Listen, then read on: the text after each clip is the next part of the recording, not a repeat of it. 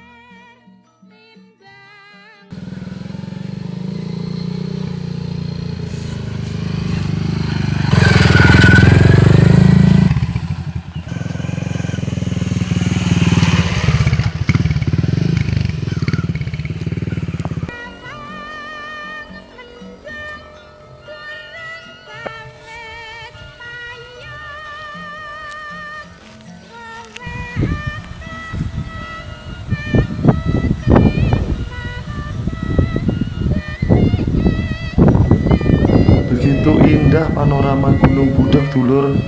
Setelah ini mari kita menemui salah satu tokoh masyarakat yang menjaga kelestarian Gunung Budak selama ini. Mari.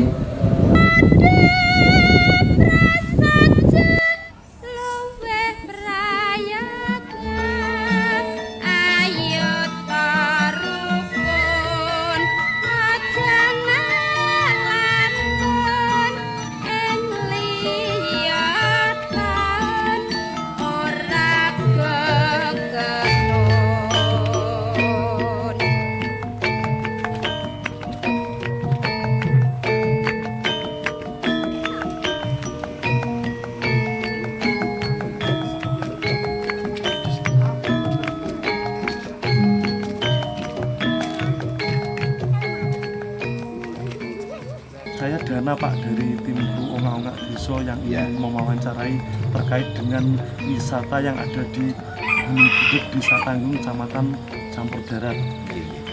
Kenapa Pak tempat wisata ini dinamakan Gunung Budak? Asal muasalnya seperti apa? Monggo panjenengan jelaskan. Gunung kemarin sebelum hitungannya itu beberapa bulan yang lalu, di sini ada penelitian dari geologi UPN Yogyakarta yang mengatakan bahwa Gunung Budak ini adalah dulu sebuah gunung api purba. Ya, jadi ada penelitian selama kurang lebih 4 bulan di sini yang dinyatakan bahwa Gunung Budak itu gunung api purba. Kenapa dikatakan gunung api purba? Dulu sekitar 20 juta sampai 30 juta tahun yang lalu terjadi peristiwa alam di Laut Selatan, di mana di Laut Selatan itu dulu ada gunung api purba dan jalur larva purba di bawah laut, yang mana terjadi satu penurunan tanah kejadian alam ya. Di sana amblek, terus kemudian jalur larva ini yang ke arah timur di Bali ini kemudian tertutup, sehingga akhirnya jalur larva purba ini kemudian mengarah ke utara dan terjadilah ledakan di daratan Tulungagung Selatan ini yang awalnya rata dengan tanah, kemudian muncul sebuah gunung yang istilahnya sekarang dinamakan Gunung Budak. Makanya untuk batu-batuannya itu beda dengan gunung yang lain ya Pak ya? Ya, beda. Beda, ini kemarin katanya dari peneliti namanya itu batu breksi piroklastik kalau tidak salah. Jadi seperti lelean cor-coran, ya cor-coran bangunan gitu Mas. Jadi itu bukti bahwa ini dulu adalah bekas larva dari perut bumi yang meleleh. Terus untuk pertanyaan kedua Bapak, saya ingin tanyakan selama ini bagaimana konsepan Bapak untuk memajukan pariwisata khususnya di Gunung Budak, karena tidak dapat dipungkiri semua itu harus saling bekerja sama untuk memajukan tempat wisata masing-masing. Yeah. Sebetulnya dulu kami di sini itu tidak pernah berpikir ada pariwisata seperti sekarang.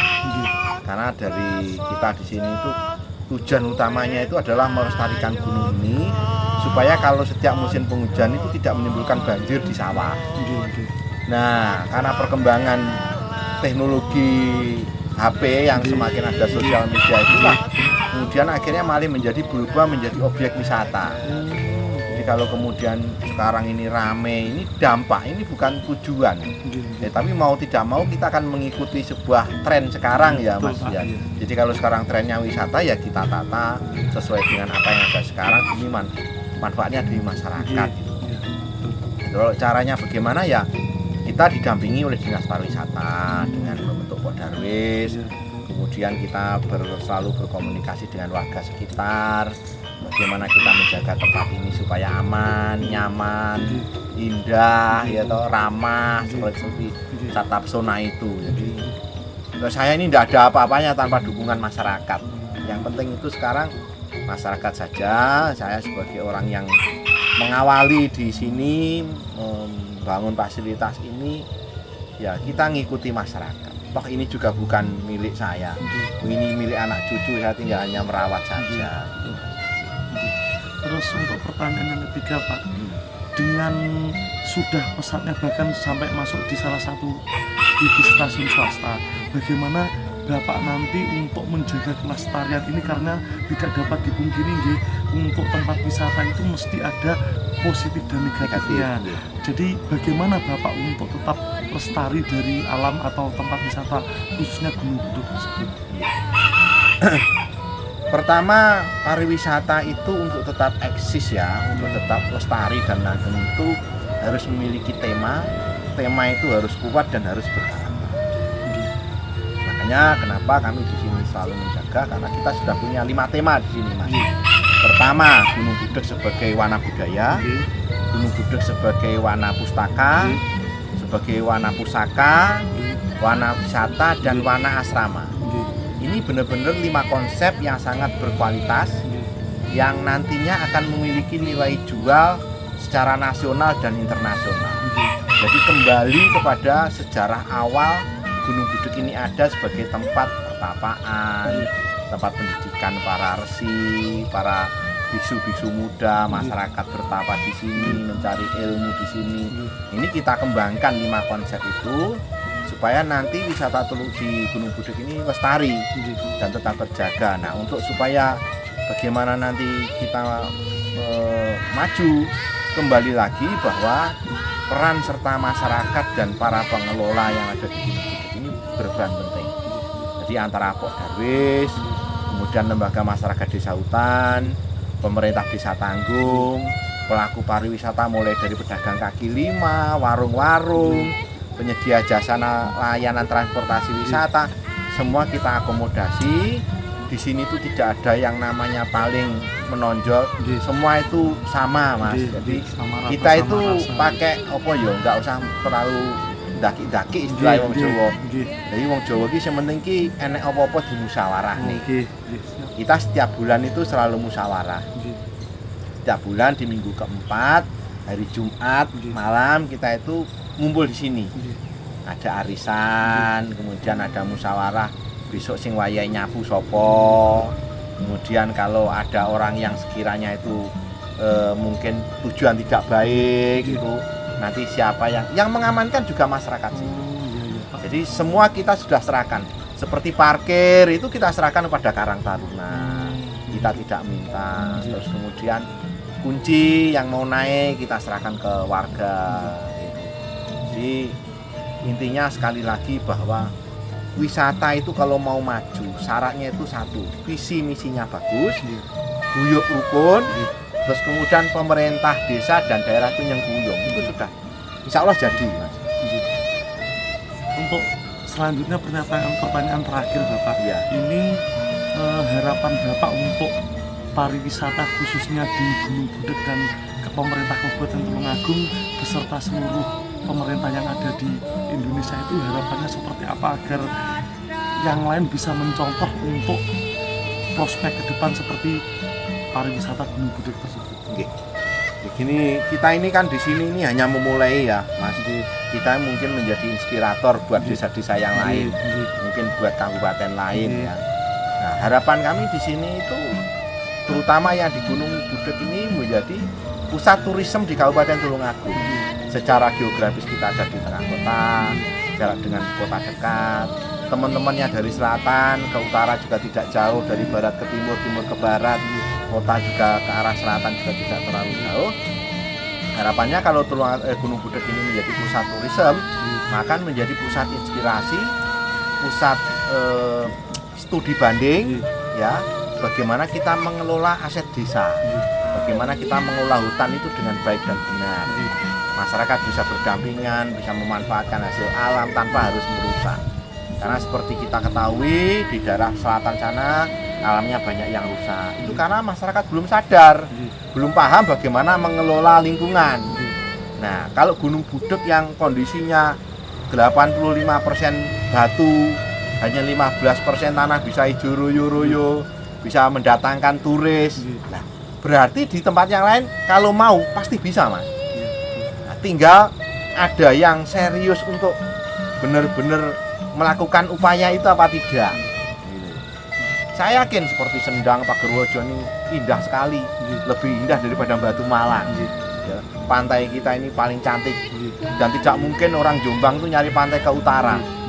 Orang Jombang, Mojokerto, Madiun nyari pantai pasti ke selatan. Kalau Tulungagung ini sudah menyiapkan diri sejak sekarang, nanti 2023 Bandara Kediri jadi, JLS ini tembus ya, nyambung. Kemudian tol yang rencananya mau lewat Trenggalek sampai Pacitan itu ada. Tulungagung itu bisa menjadi kedungnya ekonomi, bukan kedung air. Iya, betul. Di sini tempat orang mencari nafkah semua ada. Harapan kami di sini itu. Jadi kita tidak hanya berpikir tentang Gunung Budak, kita berpikir tentang desa-desa yang lain, tentang kabupaten tetangga, tentang harapan pemerintah daerah supaya PAD-nya meningkat. Itu, Mas. Terima kasih Bapak untuk wawancaranya hari ini.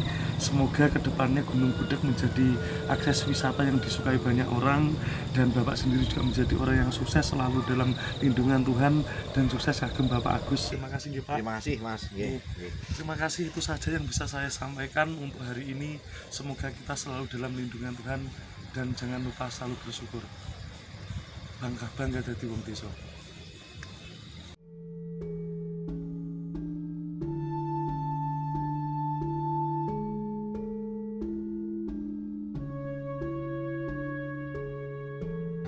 Ya, ini batu-batu pondasi ini dulu saya ngambil dari sana, saya bawa ke sini, saya angkati pakai argo. Ini manualan ini semua, pakai tangan. Nah ini dulu bekas galian tambang batu. Makanya antara sini sama sana kan seperti ada patahan toh. Iya betul dulu, Pak. Diambil terus batunya dibuang ke sana, ini dulu juweglong kayak wajan, Mas. Jadinya tanahnya saya rata. Ini saya mengerjakan lapangan ini sampai ini ada 4 bulan. Ini tahun 2012. Sekarang sudah enak dipakai. Ya memang butuh proses perjuangan panjang. Ketinggiannya berapa meter Pak dari bawah ke atas? Ketinggian 514 mdpl, Mas. Tidak terlalu tinggi. Kalau orang santai 1 jam aja sudah sampai ke puncak. Dulu nggak seperti ini ya Pak, ini kelihatan masih pakainya. Ini dulu tanah tandus, nggak ada tumbuhan sama sekali. Bekas galian tambang batu bangunan. Nah, akhirnya saya tanami, ringin, kelor, kemudian jambu mente ini. Karena hanya tumbuhan ini yang bisa hidup di musim kemarau. Yang lain pasti mati. Berarti ini tidak ada penyiraman manual, tidak ada ya Pak? Tidak ada. Istilahnya pasrah terhadap air hujan ya? Pasrah air hujan, makanya kita memilih tanaman-tanaman tertentu yang ya bisa bertahan hidup di tempat ini. Tapi untuk masalah safety tetap aman ya Bapak, ya tidak ada masalah ya untuk saat ini? Aman.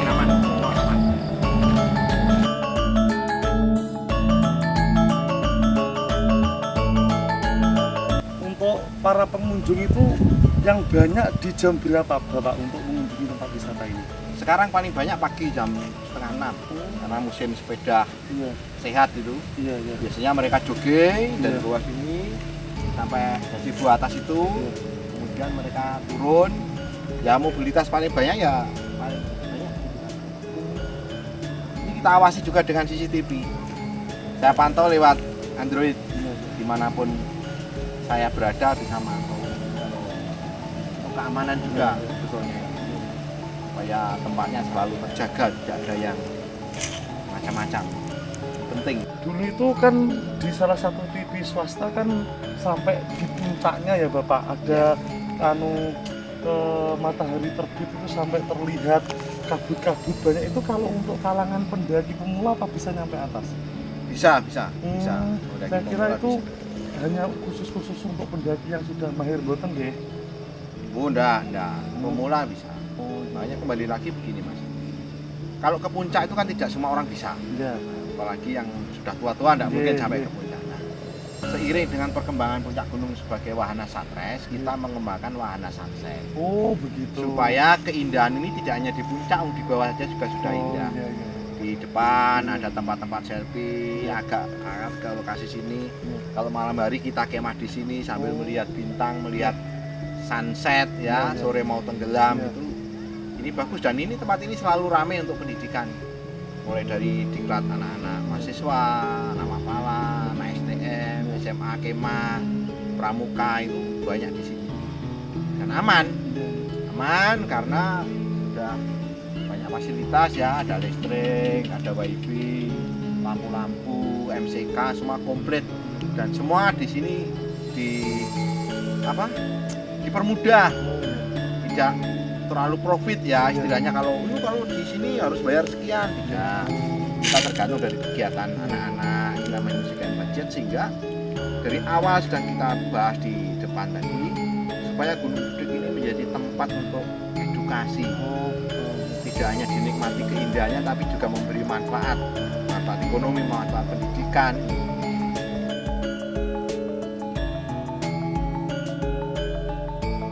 Sedulur anak desa dari Gunung Budet, saya selaku pengelola wisata Gunung Budet berharap kepada para pemuda di desa-desa dan warga negara Indonesia, banggalah menjadi wong desa. Jangan berkecil hati jadi wong desa. Akses mudah, teknologi sekarang mudah, informasi murah, iklan tidak perlu bayar. Apapun bisa kita lakukan di desa. Semua bisa kita berdayakan dan bisa menjadi sumber ekonomi kita nanti ke depan. Buat sedulur warga Tulungagung yang ingin belajar mengelola wisata, ingin mengelola alam, ingin mengelola usaha berbasis kehutanan, saya siap bantu dan siap menjembatani sehingga kita bisa maju bersama-sama, makmur bersama-sama dan sejahtera bersama-sama demi keluarga dan kota kita tercinta. Terima kasih. Wassalamualaikum warahmatullahi wabarakatuh.